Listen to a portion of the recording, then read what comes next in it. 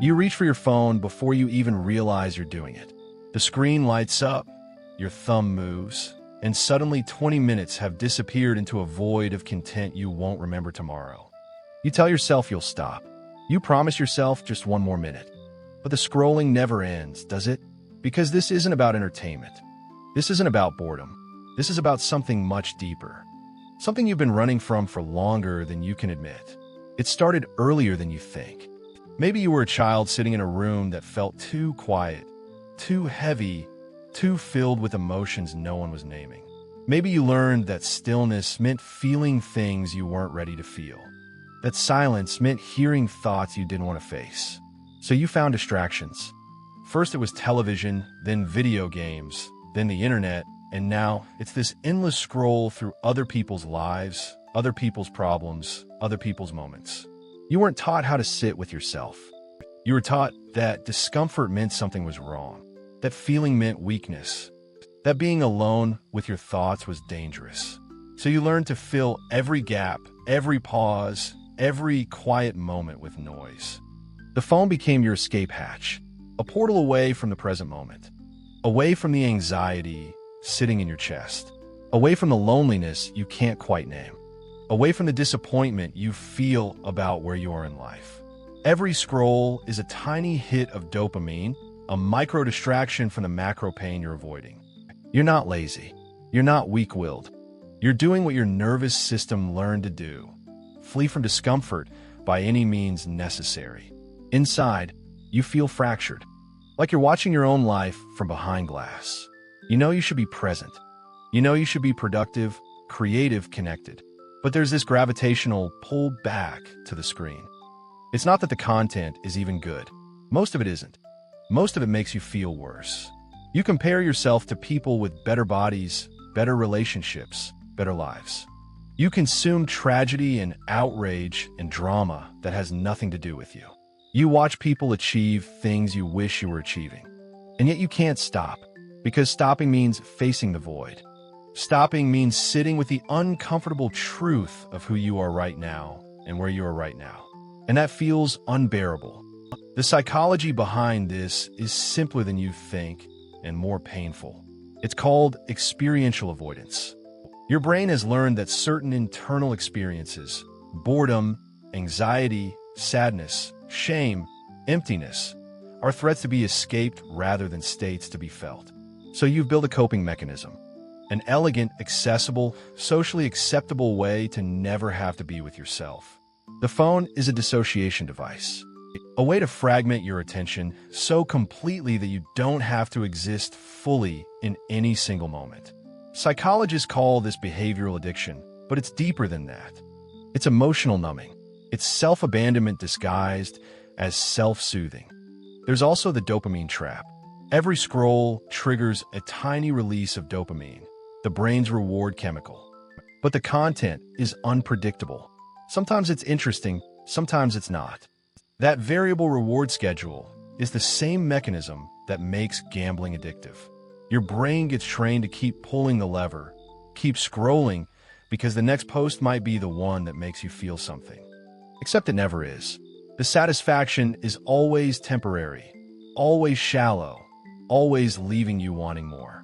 You're stuck in a loop where the thing that promises relief is the thing that deepens your emptiness. And then there's the nervous system component. If you grew up in chaos, unpredictability, or emotional neglect, your body learned that the world isn't safe, that you need to stay alert, stay distracted, stay ready for the next thing. Scrolling gives your hypervigilant nervous system a job. It keeps your mind busy so your body doesn't have to feel the discomfort of vulnerability. It's not a character flaw. It's a survival pattern that outlived its usefulness. In your adult life, this pattern bleeds into everything. You struggle with intimacy because intimacy requires presence, and presence is the one thing you've been avoiding. You start projects but never finish them because sustained focus means confronting your fear of failure. You feel disconnected from your own emotions because you've trained yourself to interrupt every feeling before it fully forms. Your relationships suffer because you're physically there but emotionally absent, your attention always half pulled toward the glow of a screen. People tell you they miss you even when you're in the room. And they're right. Your self-worth has eroded in ways you don't fully see. You measure yourself against the highlight reels of strangers. You consume more than you create. You become a spectator of life rather than a participant. And somewhere deep down, you know this. You feel the loss of time, the waste of potential, the growing distance between who you are and who you wanted to be. But acknowledging that feels too heavy. So you scroll past it. Literally. Here's the hidden wound you're protecting. Beneath the scrolling, beneath the distraction, there's a fear that if you stop moving, stop consuming, stop numbing, you'll have to face how much pain you're actually in. How lonely you really feel. How disappointed you are in yourself. How afraid you are that your life is slipping away and you're doing nothing to stop it. The scrolling isn't the problem. It's the symptom. It's the band-aid you've placed over a wound that never got the chance to heal. And every time you reach for your phone, you're saying, I'm not ready to feel this yet. But here's what that pattern is costing you. It's costing you your presence, your creativity, your relationships, your self-respect. It's costing you the ability to sit in your own skin without needing external stimulation to tolerate yourself. It's costing you years, because time keeps moving whether you're present for it or not. And one day you'll look back and realize how many moments you missed because you were staring at a screen, waiting for something outside of you to make you feel alive. Healing doesn't start with deleting apps or setting screen time limits, though those can help. Healing starts with compassion, with understanding that you're not broken, you're coping, that the scrolling made sense. It served you when you had no other tools. But you're ready for something different now. You're ready to learn what it feels like to be bored and survive it, to be anxious and not need a run, to be alone with yourself and discover that you're not as unbearable as you've been taught to believe. Start small. Notice the urge to scroll without immediately acting on it. Feel the discomfort that arises when you resist. That discomfort is the door. On the other side of it is everything you've been avoiding. Grief, anger, sadness, yes, but also joy, creativity, connection, aliveness. Practice sitting in silence for 5 minutes. Let your mind wander. Let feelings surface. Breathe through the restlessness. This is reparenting. This is teaching your nervous system that presence is safe, that you don't need constant stimulation to exist. Reconnect with your body. Go for a walk without headphones. Feel your feet on the ground. Notice the sky. Let yourself be underwhelmed by the slowness of real life. That slowness is where healing happens. Set boundaries with your phone. Charge it outside your bedroom. Create tech-free hours. Replace scrolling with something that actually nourishes you. Reading, writing, creating, moving your body, calling a friend. Not because you have to earn your rest, but because you deserve to feel alive in your own life. Ask yourself, what am I really hungry for when I reach for my phone? What feeling am I trying to avoid? What need am I trying to meet?